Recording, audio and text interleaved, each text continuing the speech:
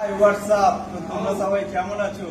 তো আজকের আমাদের টপিক হচ্ছে আমাদের কিচেনে যখন আমরা এন্ট্রি হই তো অনেক টাইম শুনেছি যে কেউ কাউকে গুড মর্নিং বা গুড আফটারনুন কেউ কাউকে বলে না।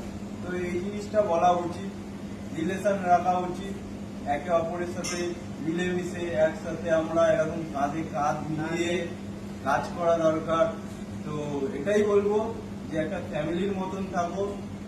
যদিও তোমার মনের ভেতর যদি রাগ অশান্তি থাকে, ঘরে হোক বা ফ্যামিলির সাথে রাগ ঝগড়া থাক, তো ওই জিনিসটা নিয়ে এসো না হোটেল ইন্ডাস্ট্রিতে, যাতে তোমার মাথা গরম যাতে না হয়।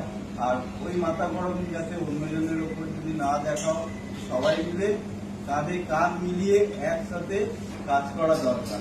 ঠিক আছে?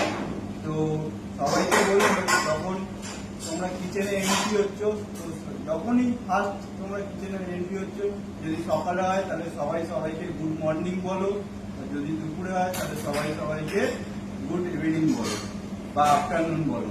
ঠিক আছে? তো এটাই হচ্ছে আজকের টপিক। যদি সবার ভালো লাগে কমেন্ট করে বলো। Thank you.